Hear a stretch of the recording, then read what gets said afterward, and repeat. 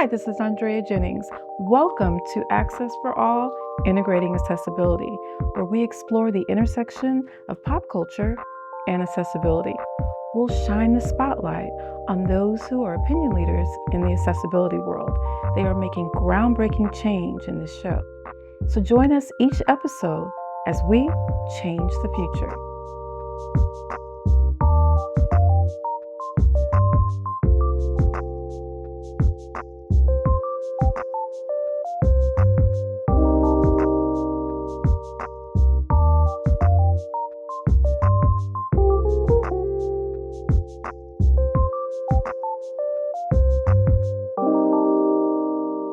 So, for all of you that don't know, James and I are really good friends from a few different ways Yep. through acting, through music, through so many different things, advocating. Tell the audience, because I know you, but tell the audience what encouraged you to get into music, then tell us about how you got into acting. He actually went to law school Yep. and he has a JD. Yep. So I think that's the first conversation we have Yeah. Yeah. because I Because have a you. master's in entertainment and music. So yeah. Yep. So Exactly. let us know. Yeah. So I always loved music from like a very very young age. Like I was singing songs I heard on the radio from like pretty much since I could talk. And so Mhm. my dad's a musician. He plays wind instruments, and Oh, so my parents were like, well, obviously he's musical. Let's see if this is something he would like to do. And I really did. So I started playing piano like around the age of 5. So that was kind of like my first intro to music. mhm. And then acting, I was like I loved movies and like TV shows as a kid too. And so my parents, when I was young as well, they were like, would you like to act? Would this be something you're interested in? And it was. And so I got a really good agent. I think I was probably like 8 years old. Oh, And I actually landed a couple of national commercials, and I landed a series regular role on a BET show when I was a kid. So okay. I started like really, really young. And I did take some years off Mhm. from acting, but always been like a creative and an artist. How did you get into the advocacy role? And I'm big on that because I want people to understand sometimes it's not just our parents, it Mhm. could be a teacher, an aunt, or someone who just really encouraged us. They realized when I was pretty young, I did, really well in school. And so my mom would always be like, "You make a great lawyer growing up," and, things of that nature. Because we And associate like law and those high yeah, degrees with a yeah, certain capacity to understand. right, Yeah, and it is exactly. really abstract. Yeah, Yeah. it is. And I think she just saw that just Mhm. kind of how I like thought and, engaged with the world. Yeah. I felt like she felt like, a legal career was a good fit. Mhm. I didn't get my diagnosis of my disability until I was almost 15. Mhm. And I really didn't seriously consider a legal career until undergrad, when I did face a lot of like accessibility obstacles, on my campus. Right. And kind of coupled with that and what my mom had said, oh, you'd be like a great lawyer. Mhm. Um, that's what really pushed me. Like I went to law school because I wanted to, be an advocate and, fight for disability rights. So that's what Right. did it. But I had always had that kind of like those murmurings as a kid, Mhm. and I loved To Kill a Mockingbird when I was, Mhm. like that was like a book Yeah. that really like meant a lot to me, Atticus Finch. And, so that Mhm. also kind of like pushed the lawyer thing, Yeah. like Yeah. where I was like, this would be great. So, But it's so um, funny you said something because she was saying that because of you were so advanced in school, you would be good at it.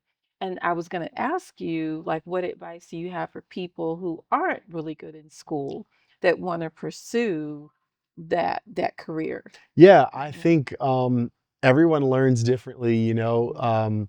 just because you may not fit within kind of like the traditional US education, kind of like philosophy, or kind of how subjects are taught. Yeah. Um, I think try to find, the way in which you learn best, Yeah. and then do that. And then that should not be prohibitive of you, pursuing higher education. Yeah. So I would say there are definitely institutions and programs that are geared toward people who learn differently. And so I would say Yeah. find those and like do that. I would say reading a lot is very, very important, Yeah. and just kind of be as well versed in a multitude of subjects as you can. Like I was always reading and like kind of like absorbing different things, not just like academically, but like whatever. If I like something I was passionate about, I would go learn about it. And I think do that. And I think that can help you on your path. I can't tell you how many times a doctor has said you like you'll never do this, Yep. as far as me walking, and it just, I mean, some people won't walk, but also no one can really tell you what you can and cannot do. Yep. For me, I use mobility aids. I use several different Hmm. kinds. So maybe I can't do it the way they wanted me to, but I have my own way of finding a mobility, Yep. a path to move around. So with what you're talking about, having a JD, if somebody is in school now in college, Hmm. for instance, what type of services did you use, if you used any at Yeah. all? And what would you tell other people that are wanting to go to college to let them know like there are services to help you? With anything that I do, whether it's art or academic, like be the best you can. And I think that means leveraging as all the tools that are available that you can afford. Obviously, not everyone Right. can afford those classes and courses, but those were really, really beneficial. So whatever you can do to kind of get ahead. Yeah. And like I said, now people are talking about, how students learn differently and they're gearing teaching, to those students. So I think there are more services being offered. So use those. Right. Just whatever you can, like, it's really competitive out here. School's expensive, it just gets harder and harder to get Yeah. into schools now. And Right. so I think you have to use like every advantage that you can. So, Yeah. research heavily, find what works for you, and then do all you can, obviously in a manner that works for your financial situation. Do you want to talk about some of the barriers that you have faced as a disabled musician or an actor? Yeah, I would say I mean, I faced those even academically too, but in terms of like a musician, lots of music venues are really, really inaccessible.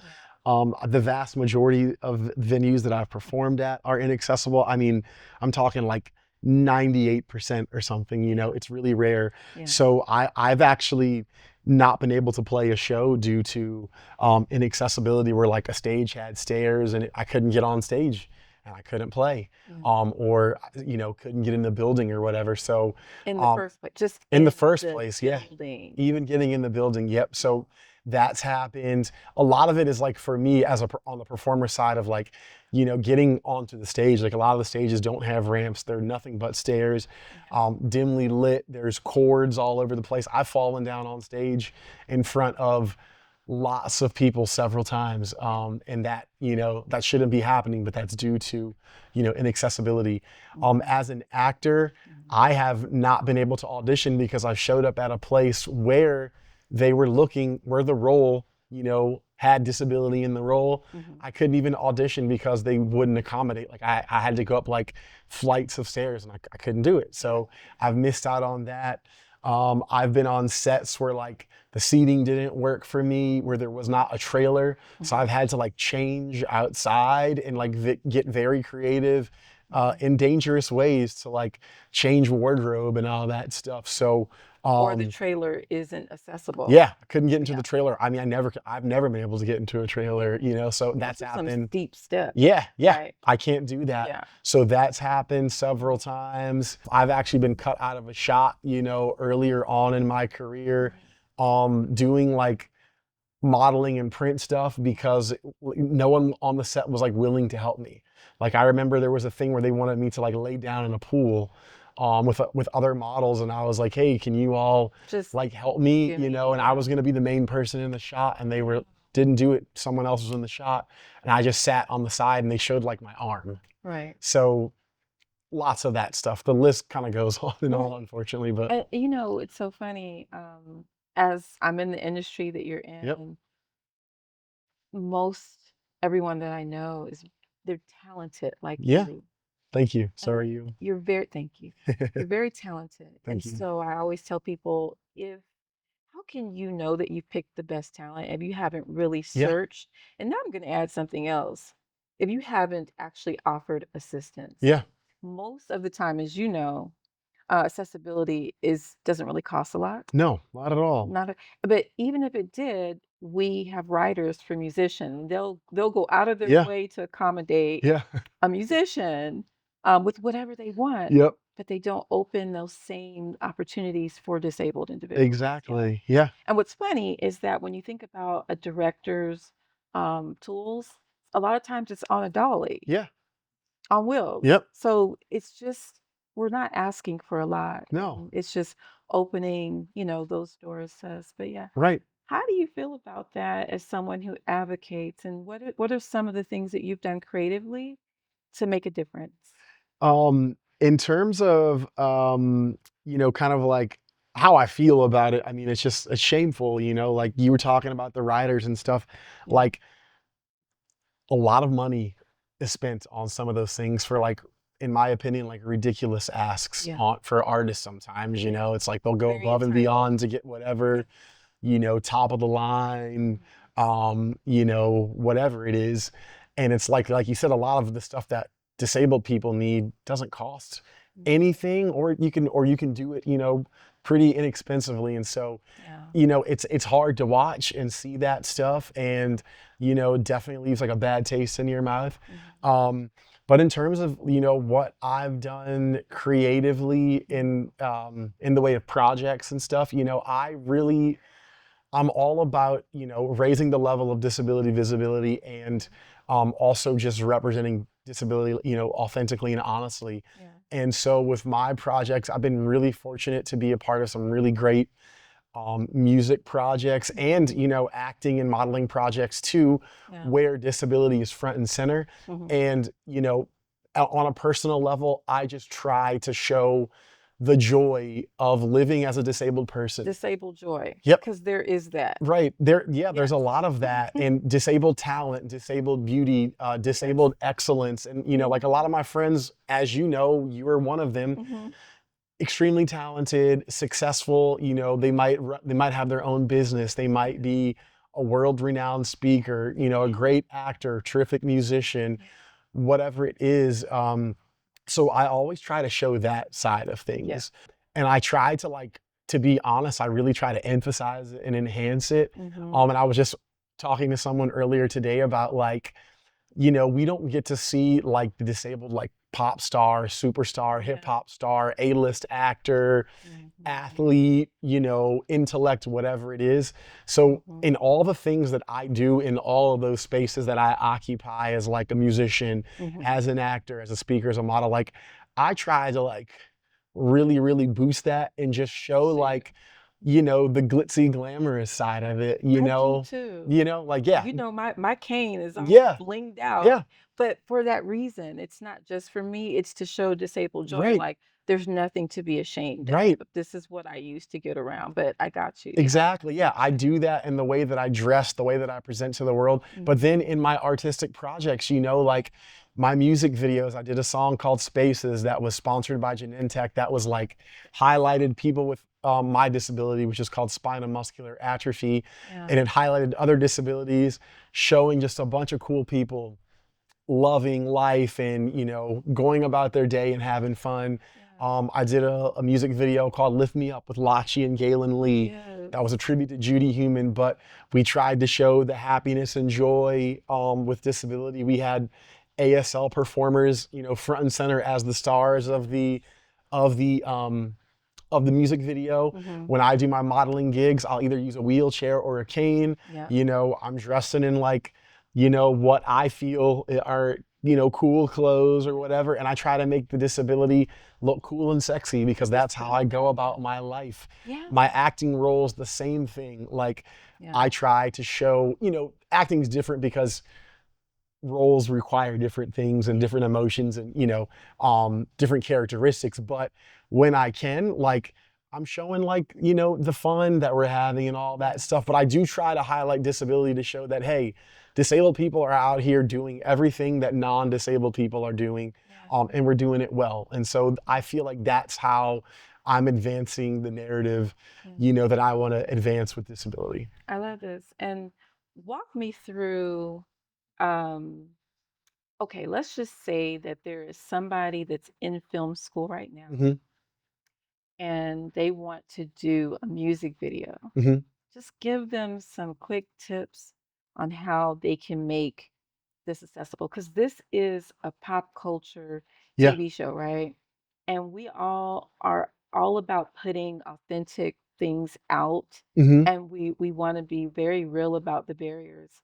But I want to start like offering solutions. Yeah. And so I know you're a great person to give us some solutions. So what would you Thank say you. to a young filmmaker right now that wants to do a music video? Yeah. What can he or she do or they do to make this accessible? Hmm. Thank you. And that's a really good question. And I love that you're solution focused, Mhm.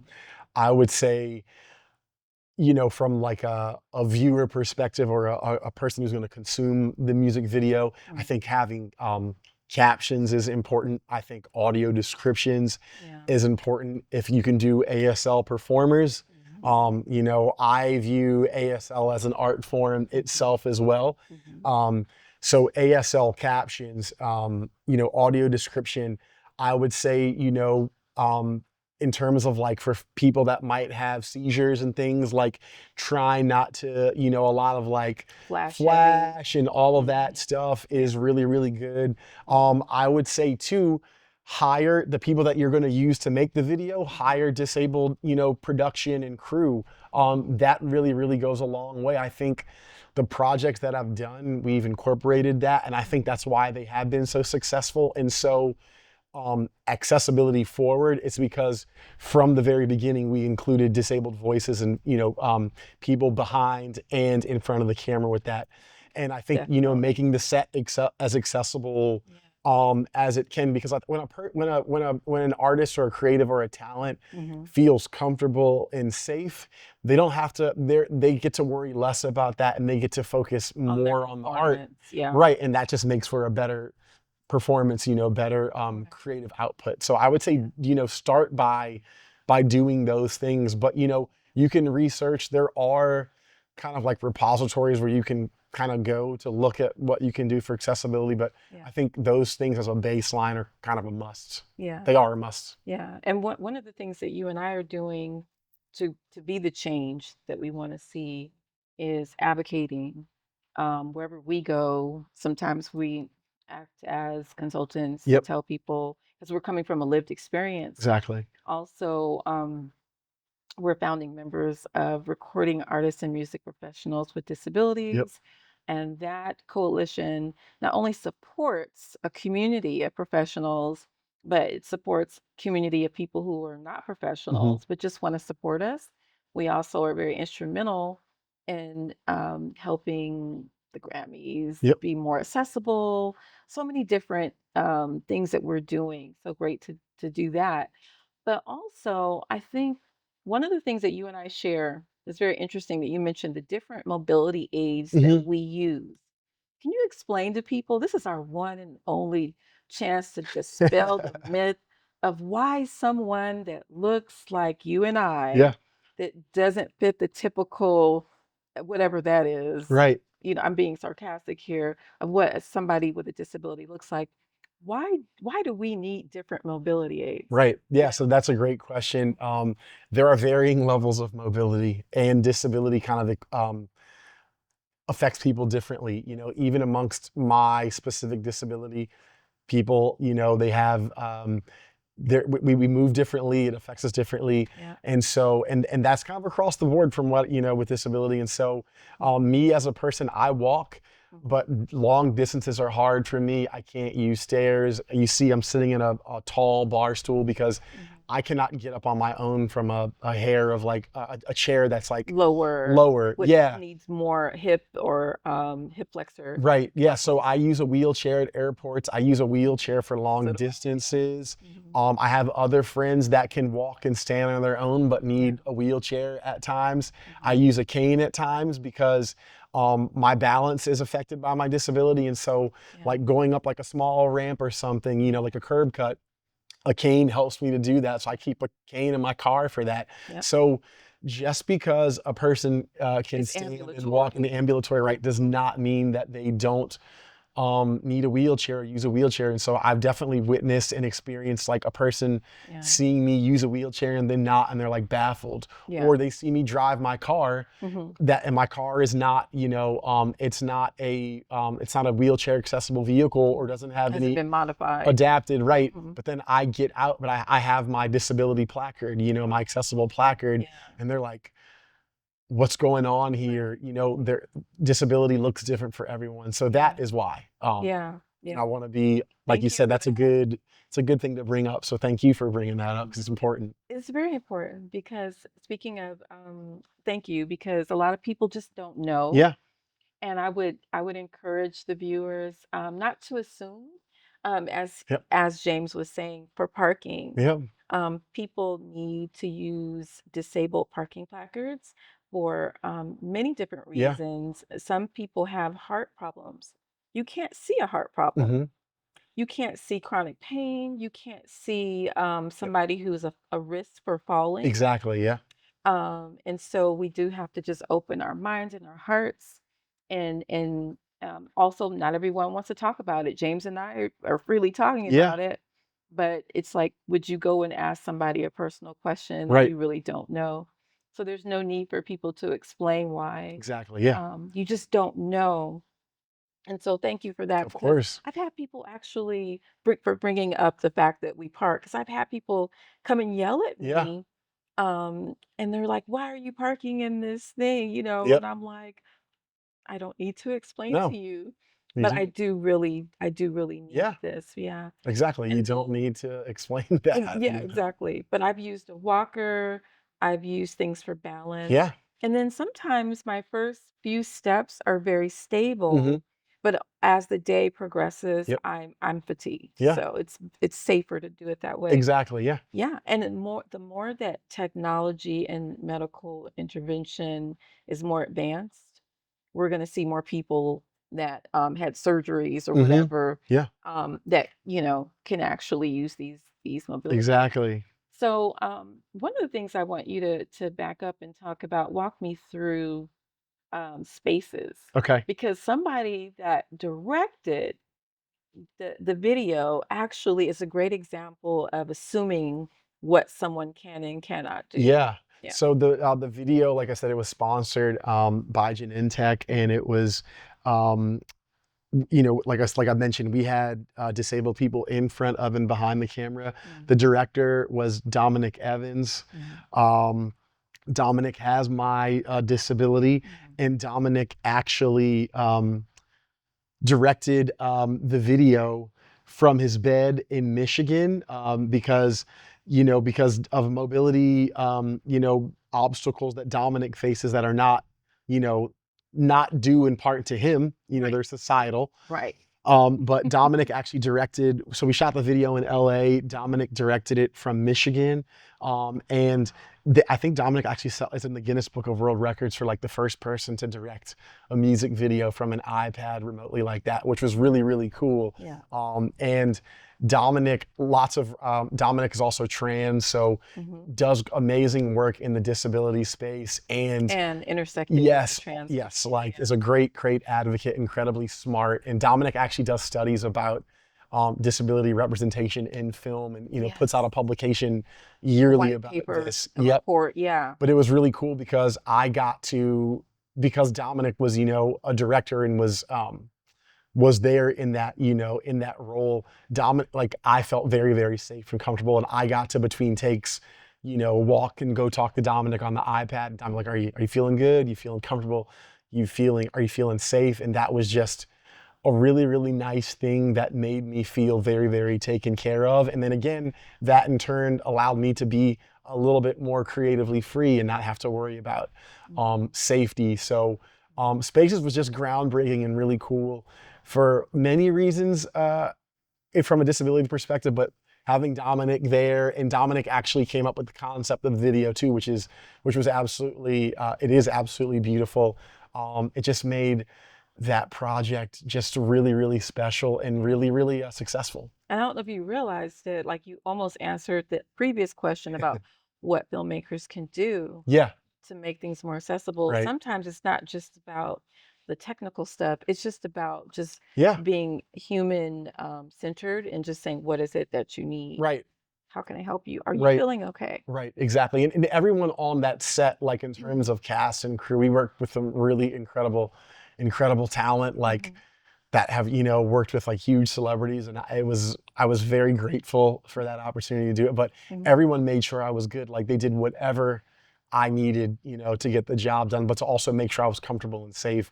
Yeah. And I just really, really appreciated that.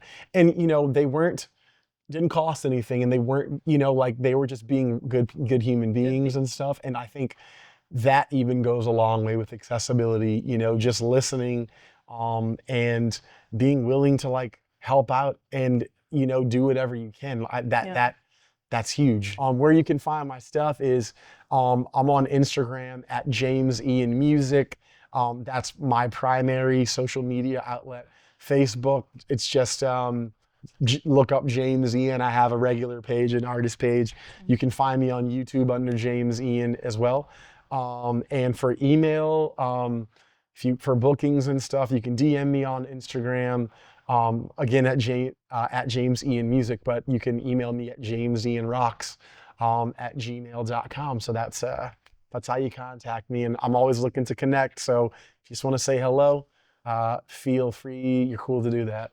Thank you, Yes. James, for being with us today, Thank you so for much for taking having time out of me. your busy schedule, like Judy, to educate and to just spend time with friends. Thank you. Thank you so much. Honestly, it was honored to be here and very, very grateful. So thank you. And I love, you're a creative and multi-talented person. So I love that Thank you you. are using your talents to, also push Yeah. our initiative, forward, and accessibility and all those things. So just thank you for the work that you do. Like it takes a lot of us to kind of make that change, and Yeah. it's really cool to be alongside of you, like fighting the good fight. So thank you. Thank you. It's me and a team of Pasadena Media Yes, and thank you, and Pasadena. Jeannie and Ray Chung. So thank you. Yeah, But thank thank you, you. everyone who made this possible. Thank you. Thank you. I hope you learned something today watching Access for All Integrating Accessibility, where we dive deep into the subject of accessibility beyond and above compliance.